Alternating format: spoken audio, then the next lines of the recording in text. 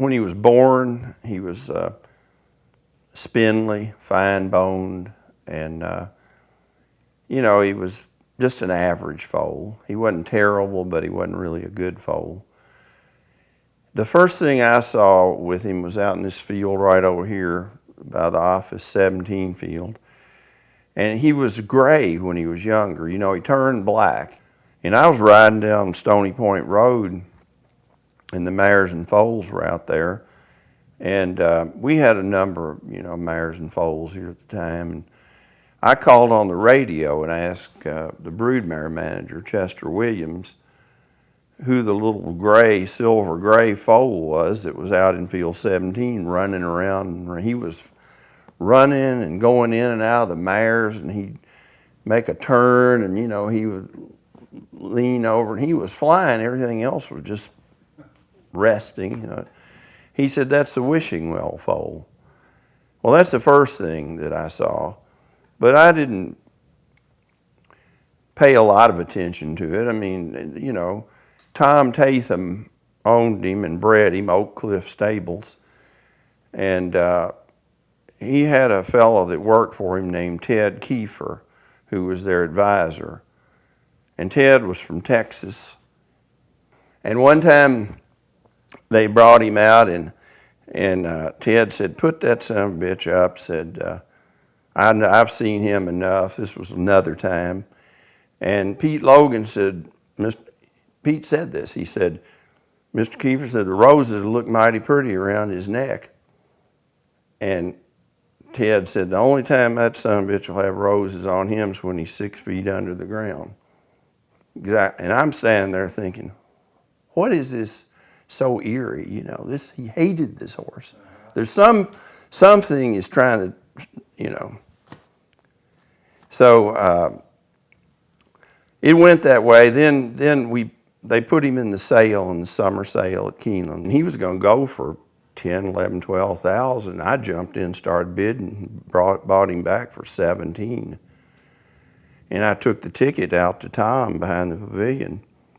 I said, "Tom, I bought that colt back for you, the wishing well colt, because he went too cheap." And he said, "Arthur, we don't want him because Ted doesn't like him." And I said, "Okay." I handed him the sales slip, and I said, "Okay," and I stuck it in my shirt pocket, and I remember thinking, well, I guess I just blew another 17,000. I owed a lot of money at the time.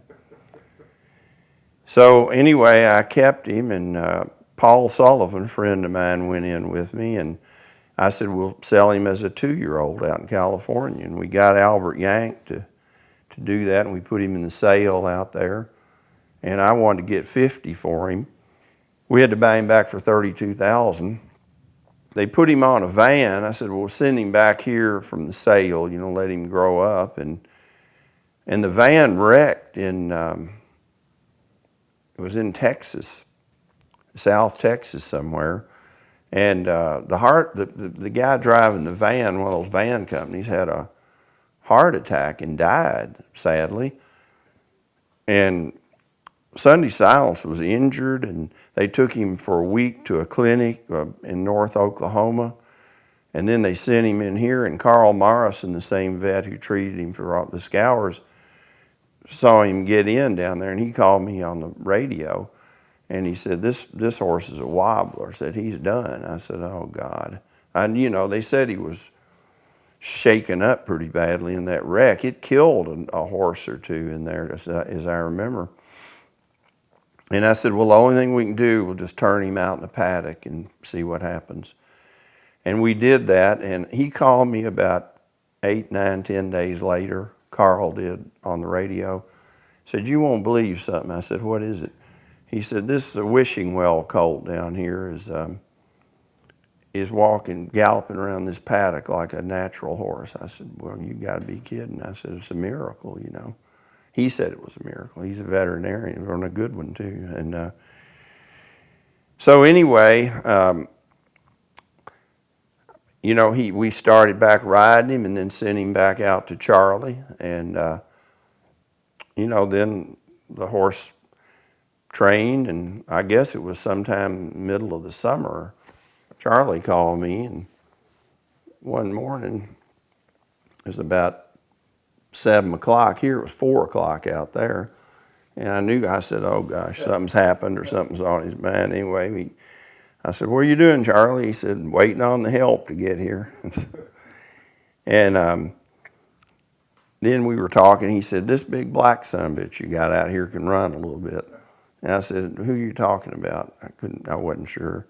He said, you know, the colt we named, the wishing well colt, the one you named Sunday Silence. And that was the first thing I ever heard about him. And then, you know, I guess the rest is history. But it's the perfect tale of the ugly duckling turning into a swan.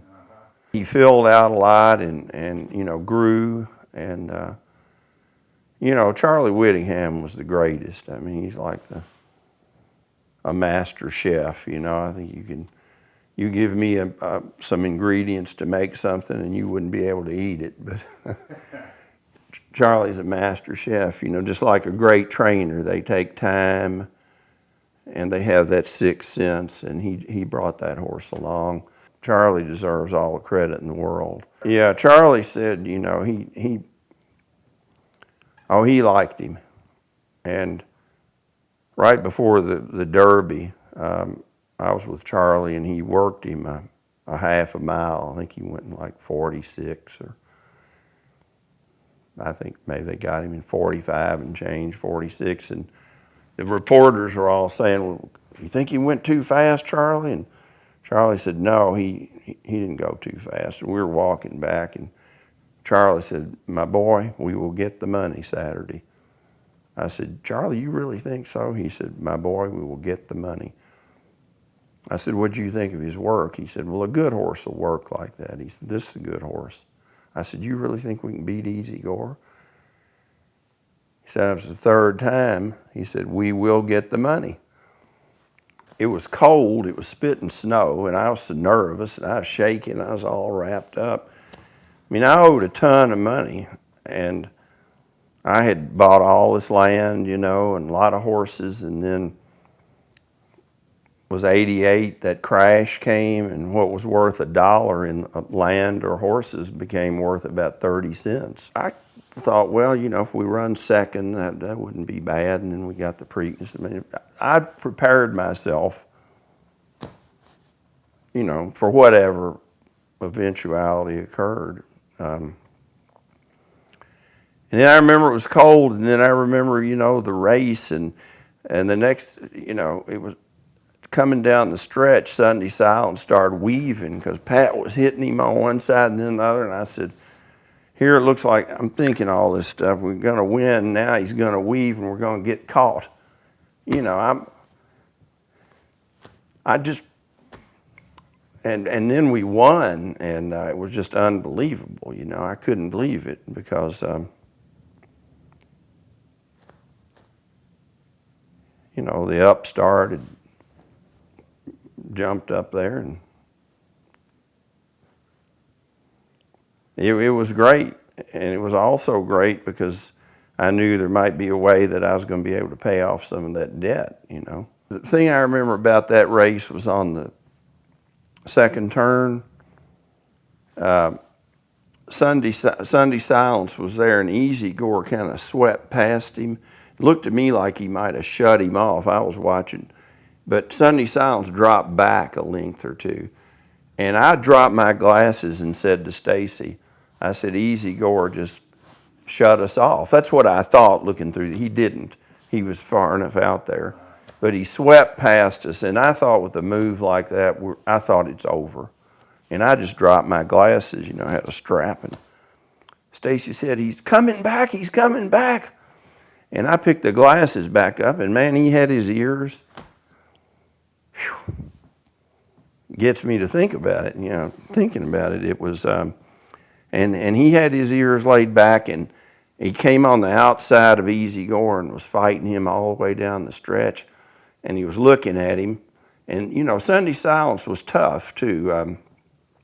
You know, he had some spunk, but he had his ears pinned back, and he fought him all the way down there, and it was just very fortunate. Again, you know, I think it's fate, and he won it by a nose. I wouldn't budge out of the box until they made it official because I didn't know. People said, "You got it, Arthur." It looked like, but hell, it was only that far. Couldn't say for sure. Of course, the Easy Goer won the Belmont. I was really hoping to win the Triple Crown. You know, my life's dream was always to win the Derby. I never thought about the Triple Crown, but then when we had a chance to do it, I was really hoping we would.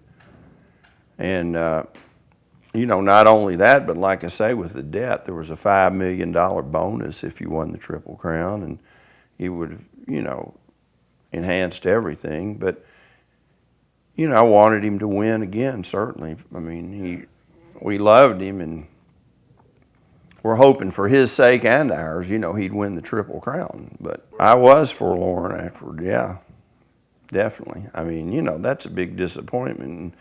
And Charlie was confident that we would win it too. But that's the way it goes, you know. That's horse racing.